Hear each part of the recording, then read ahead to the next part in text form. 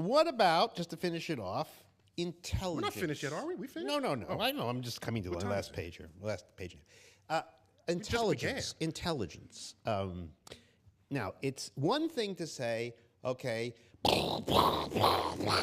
meteors coming in, much too hot to do anything. What that was. I didn't know what that was. That was the. That was the. You said intelligence. Let's say, where's he going with that? I don't know what that is. That was the soundscape of early Earth. Okay. So you have this meteor bombardment, which you just got in stereo, and then, as soon as possible, life starts. Now comes the amazing thing. Somehow, these atoms come, and then the molecules come, and then the molecules gather, and then they somehow get a little window around them or something, and they start conjoining, and then they make fish and stuff. And then one day, somebody, one of these life forms says, hello, or something to that effect. So the hello, that's an interesting moment. Do you think that there has been one hello in the history of all things? This isn't a gut question. On Earth or in the universe? In the universe. Or, in other words, that this is an unbelievably unusual accident, that atoms would start thinking about themselves? Or do you think it could happen, has happened, may happen over and over again? It is a pretty cool thing that the universe has conditions that allows it to create matter that then contemplates the conditions out of which that matter formed. Yeah. I would sometimes think that a physicist are the atom's way of admiring themselves. Yes.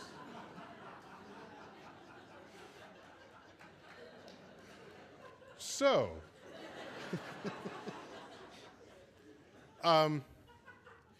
now, as you correctly surmised, many places in the book, I try to keep people honest about our self-assessment on Earth, among all creatures on Earth, and in the universe.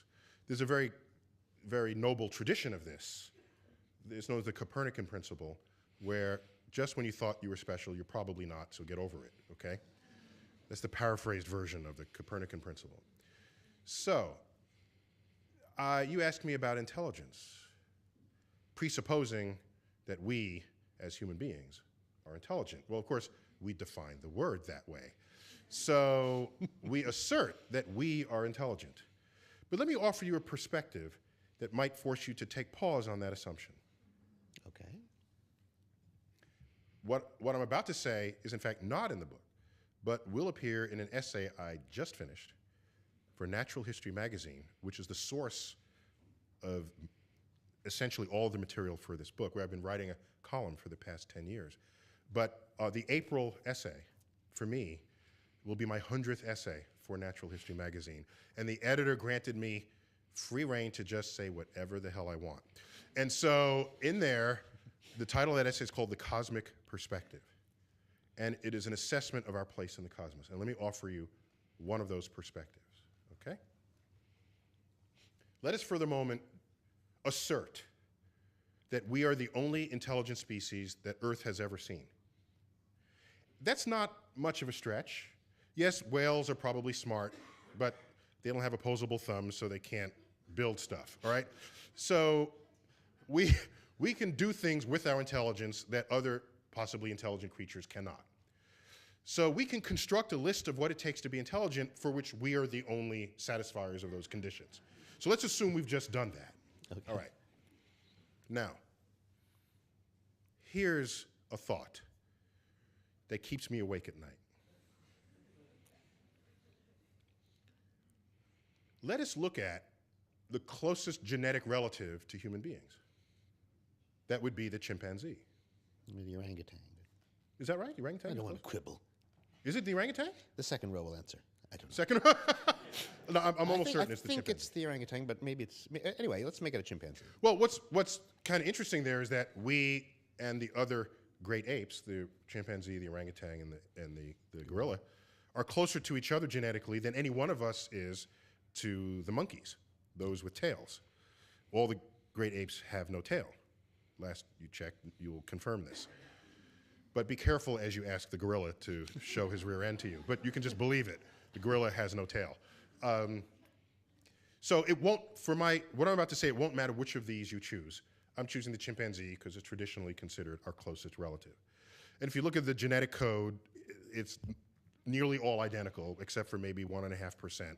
And that's even been debated. It might be 5%. But that actual number doesn't matter from what I'm about to say. Okay. All that we care about is that that's our closest genetic relative. Okay? Can you imagine teaching trigonometry to a chimpanzee? No. No. Okay. Can you imagine teaching the multiplication table to a chimpanzee? I can imagine trying, but I don't Trying. expect, yeah. They're not going to get it. Yeah. Long division. No. Okay. Now, I had... you what? Never mind. Okay. So, yet that's our closest relative. If that's our closest relative, and it can't learn the times table, maybe the difference in our intelligence is not as big as we think. Let's do the following experiment. Imagine a creature with the same increment in intelligence above us that we are compared with the chimpanzee. That increment in intelligence would only be represented by a small difference in DNA. But imagine that intelligence. That would be extraordinary. To them, their toddlers would be intuiting calculus while our toddlers are learning their ABCs watching Sesame Street. Calculus would be self-evident to their toddlers. By the time they're in their teens, they'd be looking at Isaac Newton and Galileo and Copernicus and Einstein as drooling, doddering fools, the way we look at chimpanzees that figured out how to put a stick in the termite mound to pull out the termites. So maybe this measure of our intelligence is actually not that great, but we've made it great in our own measure of ourselves just to distinguish us from the rest of the animal kingdom. But it's not hard to imagine the same small genetic difference above us, and we would just be their slaves, okay? We would have no power over them whatsoever, because their most trivial of thoughts would be the greatest thoughts our greatest thinkers were ever capable of. And wait, don't get so impressed. Let him bring these people to life first. all I'm saying is, why aren't we thinking about that level of intelligence rather than basking in the fact that it takes us 20 years to learn calculus? Because they don't exist. As Doesn't best stop we you know. from imagining. You asked me about other intelligent creatures in the universe. You started this by asking me that. And I'm saying that imagine on this planet another branch of primates with a similar difference to us that we have today. That's not hard to imagine. But you wouldn't. We got the primate family You already. wouldn't let me. When we started this, you wouldn't let me imagine anything before the beginning. We were doing physics. You wouldn't let me imagine anything. Suddenly, we're doing biology. You're imagining. Well, we got no data there. Well, what data do you I have? can extrapolate very easily. Oh. That's not a tough. Is that a tough extrapolation to make? Am I out of left field here? Isn't this a curious thought? Isn't it a spooky thought? Is going backwards from year one such a terrible extrapolation? Can't you go backwards from year one? He doesn't want to go backwards from year one. But oh, he's going to do it with apes. Anyway. Just imagine the ape family, and we're just there, one of the ones in someone else's zoo, as they chuckle at the cute things our Einsteins and Stephen Hawkings do. In fact, imagine those toddlers. Why are we imagining I got this. Wait. Imagine their toddlers coming home from school, and then the parents say, "Oh, isn't that right? You composed another 7 symphonies today in your 2nd grade class. Let me tack it to the refrigerator for when Dad comes home." And oh, is this? Oh, how quaint! you know, you just solved the unified field theorem, you know, as in 3rd grade.